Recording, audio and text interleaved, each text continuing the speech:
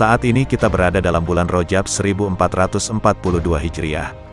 Perlu diketahui, bulan Rajab merupakan salah satu bulan yang sangat istimewa karena bulan Rajab menyimpan peristiwa sejarah yang sangat penting bagi umat Islam. Salah satunya adalah tragedi penghapusan Khilafah Utsmaniyah pada tanggal 28 Rajab 1342 Hijriah atau tanggal 3 Maret tahun 1924 Masehi oleh Mustafa Kemal. Mustafa sendiri adalah seorang dari etnis Yahudi Dunama yang merupakan antek Inggris.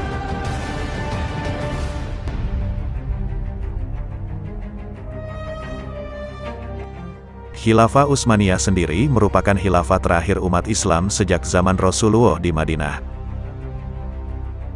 Penghapusan Khilafah Utsmaniyah ini menandai sekularisasi di dunia Islam hingga saat ini.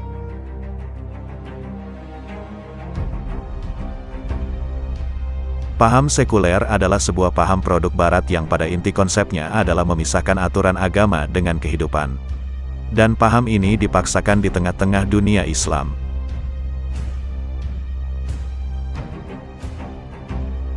Padahal Islam sendiri memiliki aturan yang sangat lengkap baik dari segi ibadah ritual maupun aturan kehidupan. Dan perlu diketahui pula bahwa penghapusan khilafah ini juga menandai telah dimulainya penderitaan kaum muslim di seluruh dunia hingga hari ini.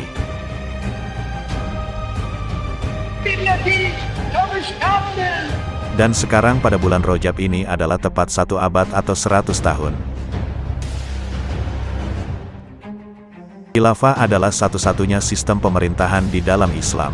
Istilah khilafah dan khalifah, jamaknya khulafa, bukanlah istilah yang asing di kalangan kaum muslim sepanjang zaman, kecuali orang yang jahil tentang Islam. Dalam sejarah Islam, era khilafah dimulai sebagai kelanjutan dari Daulah Islamiyah yang didirikan oleh Rasulullah di Madinah. Pasca beliau wafat, para sahabat kemudian mengangkat khalifah dan menegakkan khilafah atau lebih familiar di telinga kita dengan istilah Daulah Islam. Dimulailah pada era Khulafaur Rasyidin. Setelah itu berturut-turut dilanjutkan dengan Khilafah Umayyah, Khilafah Abbasiyah dan terakhir Khilafah Utsmaniyah. Khilafah Utsmaniyah atau Daulah Utsmaniyah merupakan kekhalifahan Islam terbesar sepanjang sejarah. Bahkan menurut Philip Kahiti dalam History of the Arabs, Khilafah Utsmaniyah berjaya antara 1517 sampai 1924 Masehi atau lebih dari 400 tahun. Namun, sejak Daulah Utsmaniyah dihapuskan, dunia Islam terus mengalami kemunduran dan bahkan semakin hari malah semakin parah. Disusul dengan berbagai prahara dan bencana yang menimpa umat Islam di seluruh dunia. Hal itu terus berlangsung tanpa henti hingga hari ini.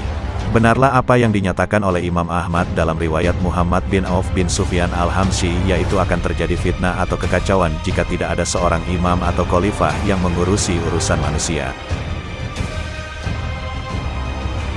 Karena itulah para ulama menyebut khilafah sebagai taj al-furud atau mahkota kewajiban. Maksudnya adalah dengan khilafah semua kewajiban di dalam agama Islam akan tertunaikan. Sedangkan tanpa khilafah, syariah Islam tak bisa diterapkan secara sempurna atau secara kafah.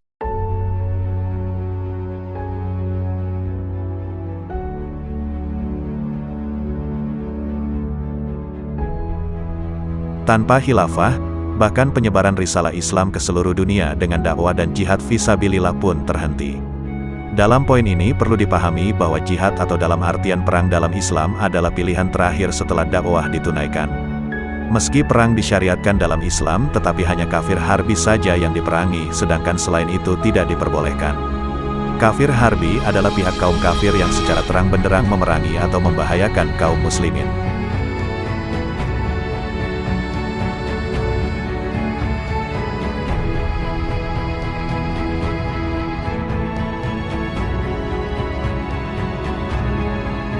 Tentu kita paham beragam perang yang ada dalam sejarah perjalanan Islam dari Perang Badar sampai Perang Yarmuk atau perang yang lain. Tentu saja musuh Islam dalam hal ini adalah kafir harbi dan anteknya akan membendung hal ini dengan beragam cara atau istilah. Kalau era dulu disebut kaum onta atau kaum pembangkang karena tidak mau tunduk terhadap Imperium Romawi atau Persia. Bisa jadi seiring perjalanan waktu akan berganti istilah dengan kaum radikal, garis keras, teroris, kadrun, atau istilah lain yang intinya mereka tidak menginginkan umat Islam kembali berjaya seperti dulu sehingga mudah dijajah dan diatur sesuai kehendaknya.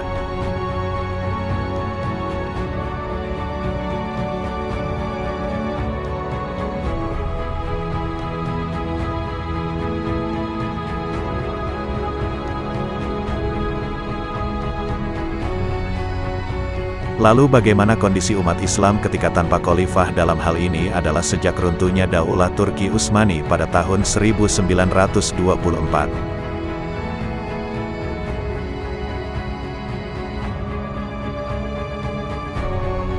Berikut sedikit kami uraikan beberapa akibat dari runtuhnya Daulah Islam terhadap kaum muslimin.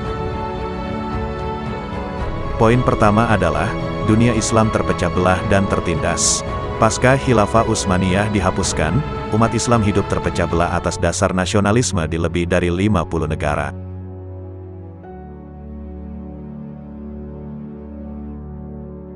Akibatnya, kaum muslim menjadi lemah dan mudah diadu domba satu sama lain. Padahal kalau dari segi jumlah, kaum muslimin sangatlah banyak, bahkan lebih dari 1,5 miliar. Namun sayang, mereka justru menjadi santapan empuk negara-negara imperialis barat. Kondisi nampak terang benderang di depan mata seperti yang menimpa saudara-saudara kita di Palestina, Kashmir, Afghanistan, Irak, Muslim Rohingya, Uighur, dan lain-lain. Ini persis seperti yang digambarkan oleh Rasulullah. Telah berkumpul berbagai bangsa mengelilingi kalian sebagaimana orang-orang yang makan berkumpul mengelilingi piring mereka. Mereka bertanya, apakah pada saat itu kami sedikit wahai Rasulullah?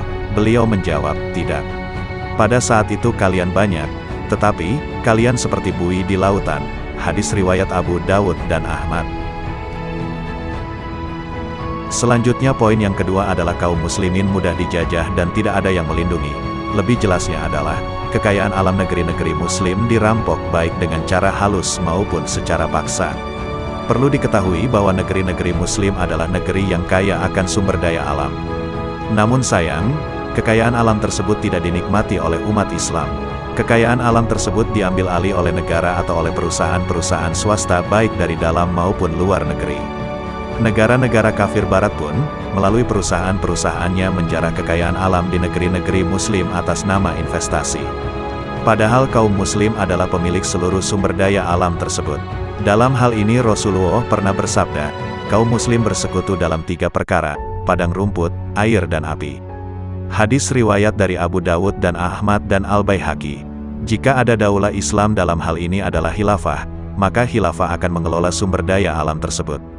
Kemudian hasilnya akan dikembalikan kepada rakyat, baik dalam bentuk fasilitas ataupun pelayanan berupa pendidikan dan kesehatan gratis, serta hal lainnya yang menjadi kebutuhan pokok rakyat.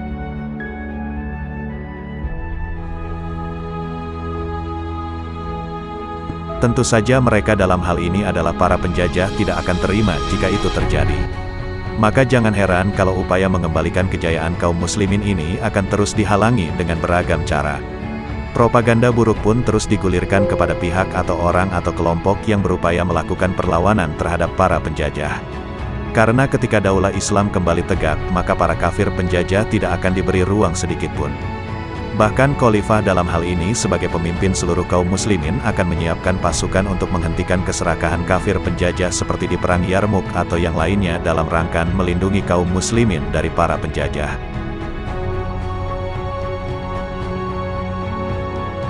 Tentu saja musuh Islam dalam hal ini adalah kafir harbi dan anteknya akan membendung hal ini dengan beragam cara atau istilah.